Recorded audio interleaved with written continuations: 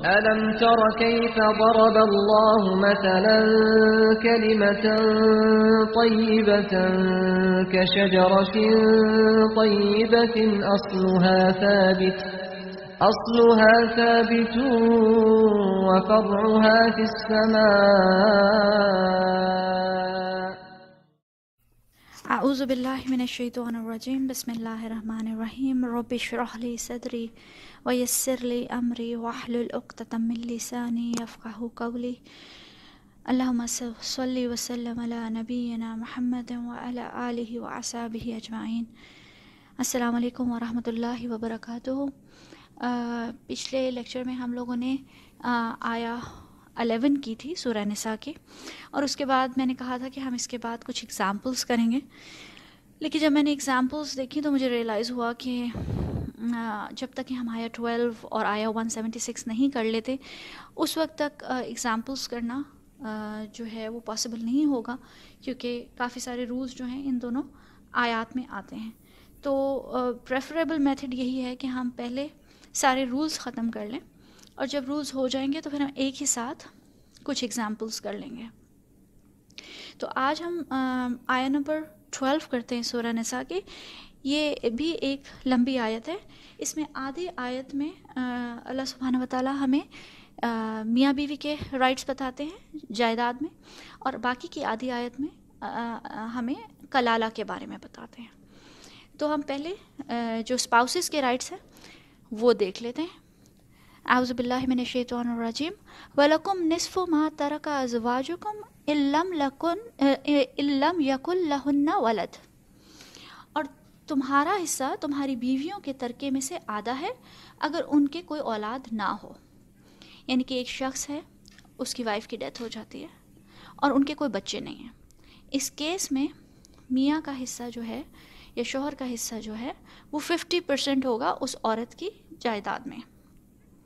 اور اس کے آگے اللہ سبحانہ وتعالیٰ کہتے ہیں فَإِن كَانَ لَهُنَّ وَلَدٌ فَلَكُمُ الرُّبُعُ مِمَّا تَرَكْنَ مِن بَعْدِ وَصِيَّةٍ يُوصِينَ بِهَا أَوْ دَيْنٍ، اور اگر ان کی اولاد ہے تو تمہارے لیے چوتھائی حصہ ہے اس میں سے جو انہوں نے چھوڑا۔ تو اگر یہ سمپل ہے کہ اگر بیوی کی کوئی اولاد نہیں ہے تو ہسبینڈ کو 50% مل جائے گا، اور اگر اولاد ہے تو ان کو 1/4 ملے گا، یعنی کہ چوتھائی حصہ۔ اور یہ سب کچھ ہوگا وصیت کے بعد اس وصیت کی تعمیل کے جو وہ کر جائیں یا بعد ادائی قرض کے۔ تو اس چیز سے ہمیں بہت زیادہ کلیئر ہو جاتا ہے کہ جیسے ایک ہمارے سب کانٹیننٹ میں ایک بہت بڑا مسکنسیپشن ہے کہ ہم نے پہلے بھی ڈسکس کیا تھا کہ عورتوں کی وصیت ہوتی ہے، عورتوں کی وراثت اسی طرح کیلکولیٹ ہوتی ہے جیسے کہ مردوں کی ہوتی ہے، بلکہ عام طور پہ دیکھا گیا ہے کہ یہ وراثت کا سارا ایشو جو ہے وہ باپ کے مرنے پہ اٹھتا ہے، اور ماں کے مرنے پہ عام طور پہ اس چیز کو بالکل امپورٹنس نہیں دی جاتی، اور ان کی جائیداد کو اور اس کے بٹوارے کو جو ہے وہ سیریسلی نہیں لیا جاتا، اور عام طور پہ جو انہوں نے تھوڑی بہت اپنی جتنی بھی ان کی چیزیں ہوتی ہیں اس کی جو وصیت کی ہوتی ہے اسی کے مطابق چیزیں بانٹ دی جاتی ہیں۔ تو اس آیت سے بہت کلیئرلی ڈیفائن ہوتا ہے کہ جس طریقے سے مرد کے اوپر یہ سارے رولز اپلائی ہوتے ہیں، بالکل اسی طریقے سے عورت پہ بھی یہ رولز اپلائی ہوتے ہیں۔ جیسے عورت اس دنیا سے جائے گی، اس کی ساری پراپرٹی، چاہے وہ اس کی جیولری ہو، چاہے اس کے پاس کوئی پراپرٹی ہو، چاہے کیش ہو، جو بھی چیزیں ہیں وہ ایک جگہ کلیکٹ کی جائیں گی، اور جیسے مرد کی پراپرٹی ڈیوائیڈ ہوتی ہے اسی طریقے سے عورت کی بھی پراپرٹی ڈیوائیڈ ہوگی، اور اس پہ بھی وہی رولز اپلائی ہوں گے جو مرد پہ رولز اپلائی ہوتے ہیں۔ اور اللہ تعالیٰ نے اس میں خاص طور پہ کہا بعد اس وصیت کے جو وہ کر گئی ہیں، اس کا مطلب عورت کو بھی آپشن ہے کہ وہ اپنے 1/3 کی وصیت کر سکتی ہیں، اور سب سے پہلے ان کا قرض ادا کیا جائے گا، پھر ان کی وصیت کی تعمیل کی جائے گی، اس کے بعد ان کی پراپرٹی جو ہے انہی حصوں میں ڈیوائیڈ کی جائے گی جو کہ اللہ سبحانہ وتعالیٰ نے بتائے ہیں کہ ان کے پیرنٹس کو بھی حصہ جائے گا، ان کی اولاد کو بھی حصہ جائے گا، اور ان کے ہسبینڈ کو بھی حصہ جائے گا۔ جو کہ رولز مرد پہ اپلائی ہوتے ہیں، سیم وہی رولز جو ہیں وہ عورتوں پہ بھی اپلائی ہوں گے. ایک اور بہت بڑا مسکنسیپشن ہمارے ہاں یہ ہے کہ اگر کوئی شوہر جو ہے اپنی زندگی میں اپنی بیوی کی زندگی میں اسے کوئی پراپرٹی گفٹ کرتا ہے تو یہ سمجھا جاتا ہے کہ شاید اس کے مرنے کے بعد وہ پراپرٹی جو ہے وہ شوہر کے پاس آٹومیٹیکلی آ جائے گی، کیونکہ یہ اس نے گفٹ کی ہے تو اب وہ عورت نہیں رہی تو وہ واپس اس کے پاس پراپرٹی آ گئی. ایسی بات نہیں ہے، یہ ہم زیادہ ڈیٹیل میں کریں گے جب ہم گفٹس کے ٹاپک کو ڈسکس کریں گے. جو گفٹس اور ہبہ کا ٹاپک ہے وہ انشاءاللہ ہم نیکسٹ ڈسکس کریں گے اس کے بعد. اور اس کے مطابق جب شوہر نے کوئی بیوی کو گفٹ دے دیا یا کسی نے بھی باپ نے بیٹی کو گفٹ دے دیا تو جب وہ عورت کی ڈیتھ ہوگی تو وہ پراپرٹی اس کی جائیداد کا، اس کی اسٹیٹ کا حصہ بنے گی اور اس کو اسی طریقے سے انہیرٹ کیا جائے گا اور انہیریٹنس کے رولز اپلائی کیے جائیں گے جیسے اس کی کسی اور پراپرٹی پہ اپلائی کیے جائیں گے یا اس کی کسی اور کیش پہ یا جیولری پہ اپلائی کیے جائیں گے. اور عورت کو بھی وصیت کرنے کا وہی رائٹ ہے جو کہ مرد کو ہے. وہ میکسیمم اپ ٹو 1/3 جو ہے، میکسیمم 1/3 جو ہے وہ وصیت کر سکتے ہیں. اس کا مطلب یہ نہیں ہے کہ 1/3 سے کم آپ وصیت نہیں کر سکتے. آپ کوئی اماؤنٹ بھی فکس کر کے جا سکتے ہیں کہ میں 10 لاکھ جو ہے وہ مسجد میں دینا چاہتا ہوں، یا میں اتنے 1 لاکھ جو ہے وہ اپنی فیملی کے کسی بندے کو دے کے جانا چاہتا ہوں جو مجبور ہو، غریب ہو، یا جو بھی آپ کی ریزن ہے. تو وہ اماؤنٹ آپ ڈیسائیڈ کر سکتے ہیں. اس کو 1/3 ہونا لازمی نہیں ہے. 1/3 ایک اپر لمٹ ہے. اس اپر لمٹ سے زیادہ وصیت نہیں کر سکتے، اس سے کم وصیت کر سکتے ہیں. تو یہ تو عورتوں کے بارے میں ہو گیا کہ اگر کسی کی بیوی کی ڈیتھ ہو تو شوہر کو کیا ملے گا. اس سے آگے اللہ سبحانہ وتعالیٰ بتاتے ہیں کہ اگر شوہر کی ڈیتھ ہو تو بیوی کو کیا ملے گا. وَلَهُنَّ الرُّبُعُ مِمَّا تَرَكْتُمْ إِن لَّمْ يَكُن لَّكُمْ وَلَدٌ، اور ان کے لیے 1/4 ہے اگر تمہارے اولاد نہ ہو. یعنی کہ اگر مرد کی اولاد نہیں ہے تو بیوی کو 1/4 ملے گا. وَإِن كَانَ لَكُمْ وَلَدٌ فَلَهُنَّ ثُمُنٌ مِّمَّا تَرَكْتُم مِّن بَعْدِ وَصِيَّةٍ تُوصِينَ بِهَا أَوْ دَيْنٍ، اور اگر تمہاری اولاد ہے تو بیوی کا حصہ 1/8 ہے، یعنی کہ 8واں حصہ ہے تمہارے ترکے میں سے اس وصیت کی تعمیل کے بعد جو تم نے کی ہو یا قرض ادا کرنے کے بعد. تو اللہ سبحانہ وتعالیٰ یہ بار بار ریپیٹ کرتے ہیں کہ پہلی چیز جو ہے وہ قرض اور وصیت ہے، اور اس کے بعد یہ پارٹس جو ہیں وہ ڈیوائیڈ کیے جائیں گے. اور بیوی کا حصہ اگر اولاد نہ ہو تو 1/4 ہے، اور اگر اولاد ہو تو 8واں حصہ ہے. تو یہ پریٹی مچ کافی سمپل ہے. اس کے کا بھی ایک فلو چارٹ ہے اسپاؤسز کا، وہ بھی میں آپ لوگوں سے شیئر کر لوں گی. اب جو باقی کی آیت ہیں وہ کلالہ کے بارے میں ہیں، اور اس کے بارے میں اللہ سبحانہ وتعالیٰ کہتے ہیں إِن كَانَ رَجُلٌ يُورَثُ كَلَالَةً أَوْ امْرَأَةٌ وَلَهُ أَخٌ أَوْ أُخْتٌ وَلِكُلِّ وَاحِدٍ مِّنْهُمَا السُّدُسُ، اور اگر کوئی مرد یا عورت جس کی وراثت تقسیم ہو رہی ہو کلالہ ہو. اب کلالہ کیا ہے؟ کلالہ کے بارے میں صحابہ کرام نے ہمیشہ سے کافی آپس میں ڈیبیٹ بھی کی ہے. حضور پاک صلی اللہ علیہ وسلم سے بھی حضرت عمر ہر وقت کلالہ کے بارے میں پوچھتے تھے کہ کلالہ کی ایگزیکٹ ڈیفینیشن کیا ہے. اور حضرت عمر نے یہ بھی کہا کہ اگر حضور پاک صلی اللہ علیہ وسلم مجھے دوبارہ سے مل جائیں، حضور صلی اللہ علیہ وسلم کی وفات کے بعد کہا کہ اگر مجھے دوبارہ سے ملیں تو میں ان کو 3 چیزوں کے بارے میں پوچھوں گا. تو ان 3 چیزوں میں سے ایک چیز کلالہ بھی تھی. لیکن حضرت ابو بکر رضی اللہ عنہ سے جو ہمیں انفارمیشن ملتی ہے اس کے وہی زیادہ تر اسکالرز نے ایکسیپٹ کی ہے، اور کلالہ کی ڈیفینیشن یہی بتائی ہے کہ کلالہ ایک ایسا مرد یا عورت ہے جس کی نہ اولاد ہو اور نہ اس کے ماں باپ ہوں، یعنی کہ اس کے کوئی اسینڈنٹس یا ڈسینڈنٹس نہیں ہیں، اور اس کے صرف بہن بھائی ہیں. تو اس کیس میں آیہ نمبر 12 میں اللہ سبحانہ و تعالیٰ فرماتے ہیں اور اگر کوئی مرد یا عورت جس کی وراثت تقسیم ہو رہی ہے کلالہ یعنی نہ اولاد ہو نہ ماں باپ ہوں اور اس کا ایک بھائی یا ایک بہن ہو تو ان میں سے ہر ایک کے لیے چھٹا حصہ ہے.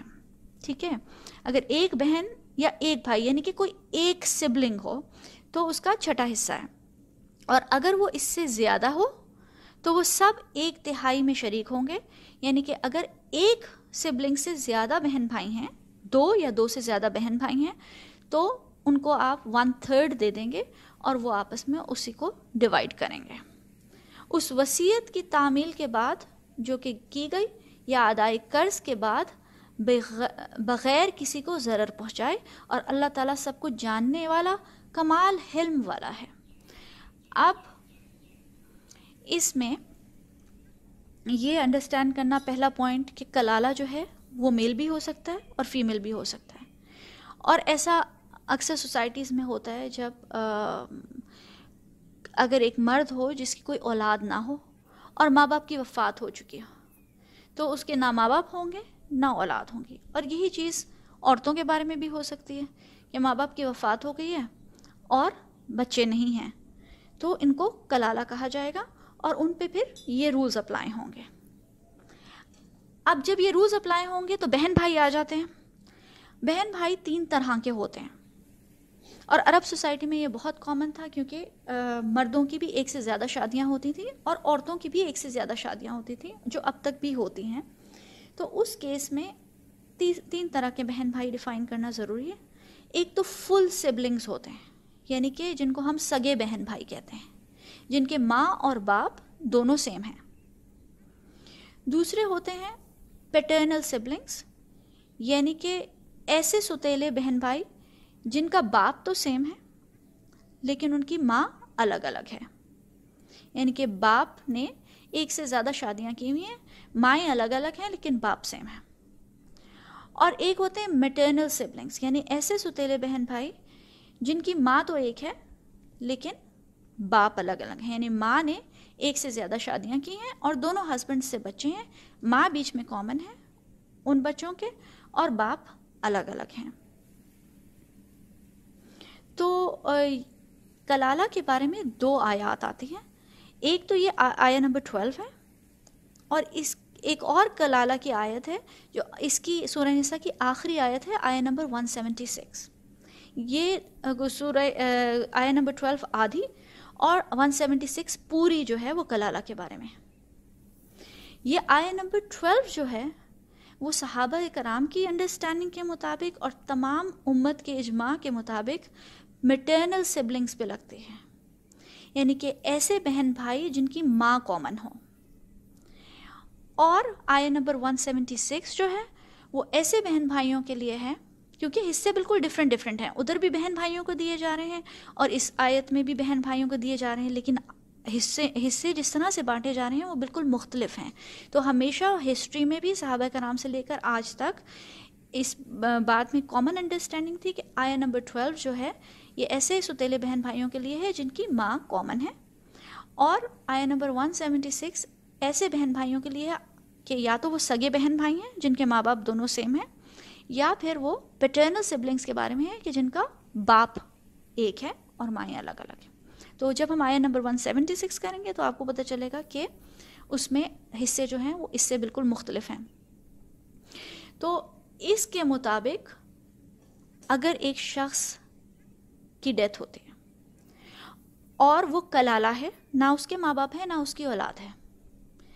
تو اس کے بہن بھائی ایسے بہن بھائی کہ ان کی اور اس میت کی ماں ایک ہی ہے, ان کو اس آیت کے مطابق حصے دیے جائیں گے. فرض کریں مرنے والے کا صرف ایک بہن یا صرف ایک بھائی, اس کیس میں ان کو 1/6 دے دیا جائے گا پراپرٹی کا. اور اگر بہن بھائی اس سے زیادہ ہوں, یعنی کہ مرنے والے کے ایسے 2 3 4 بہن بھائی ہیں جو ایک ہی ماں سے ہیں, تو ان کو 1/3 پراپرٹی کا دے دیا جائے گا اور اس پراپرٹی کو وہ آپس میں شیئر کر لیں گے. اور پھر اللہ سبحانہ و تعالیٰ نے فرمایا کہ وہ یہ کلالہ جو ہے شخص وہ بھی وصیت کر سکتا ہے، اور یہ سب کچھ قرض کی ادائیگی اور وصیت کے بعد ہوگا۔ اور اس میں ایک بہت خوبصورت بات اللہ سبحانہ و تعالیٰ نے فرمائی کہ اب تک جتنی بھی دفعہ اللہ سبحانہ و تعالیٰ نے اس بات کو آپ نے ابھی نوٹس کیا ہوگا کہ ہر آیت میں ایک آیت کے بعد اللہ سبحانہ و تعالیٰ من بعد وصیت یوصی بہا او دین کہہ رہے ہیں، یعنی کہ وصیت اور قرض کے بعد۔ لیکن اس میں ایک چھوٹی سی چیز اللہ سبحانہ و تعالیٰ نے ایڈ کی ہے، وہ ہے غیر مدار، بغیر کسی کو ضرر پہنچائے۔ اب یہ اتنی حکمت والی بات ہے، پہلے کی آیتوں میں غیر مدار نہیں کہا گیا، اس کی وجہ یہ ہے کہ وہ حقوق جو تھے وہ اولاد کے تھے، بیوی کے تھے، شوہر کے تھے اور ماں باپ کے تھے، اور یہ اتنے قریبی رشتے ہوتے ہیں کہ اس میں انسان کبھی بھی نہیں چاہے گا کہ اپنے اتنے قریبی رشتوں کو عام طور پہ آپ نقصان نہیں پہنچانا چاہیں گے۔ لیکن جب کلالہ کی بات آئی اور بہن بھائیوں کا ذکر ہوا، وہ بھی سوتیلے بہن بھائیوں کا، تو بہت زیادہ چانسز ہیں کہ ایک انسان کے دل میں آئے کہ کیوں نہ میں زیادہ حصہ جو ہے وہ چیریٹی میں دے جاؤں۔ اور اس کے علاوہ کچھ لوگ اس طرح بھی کر سکتے ہیں کہ کسی دوست کو یا کسی اور جاننے والے کو جھوٹا قرض کہہ کے کہ اس نے مجھ سے قرض لیا تھا، اب میں اس کو واپس کر رہا ہوں، زیادہ اماؤنٹ دے دی جائے تاکہ ان سوتیلے بہن بھائیوں کے حصے میں کچھ نہ آئے، یا ان سوتیلے بہن بھائیوں کا حصہ جو ہے وہ کم سے کم ہو جائے۔ آپ کسی کو بلا وجہ 1/3 وصیت کر دیں، جبکہ آپ صرف اس وجہ سے کہ آپ ان سوتیلے بہن بھائیوں کا حق مارنا چاہتے ہیں، اسے کم کرنا چاہتے ہیں، تو اللہ سبحانہ و تعالیٰ نے اس خاص طور پہ اس آیت میں غیر مضار کہا، جو کہ جس کا مطلب ہے کہ بغیر کسی کو ضرر پہنچائے۔ اس لیے نہ کسی کو کہو کہ میں وصیت کرتا ہوں یا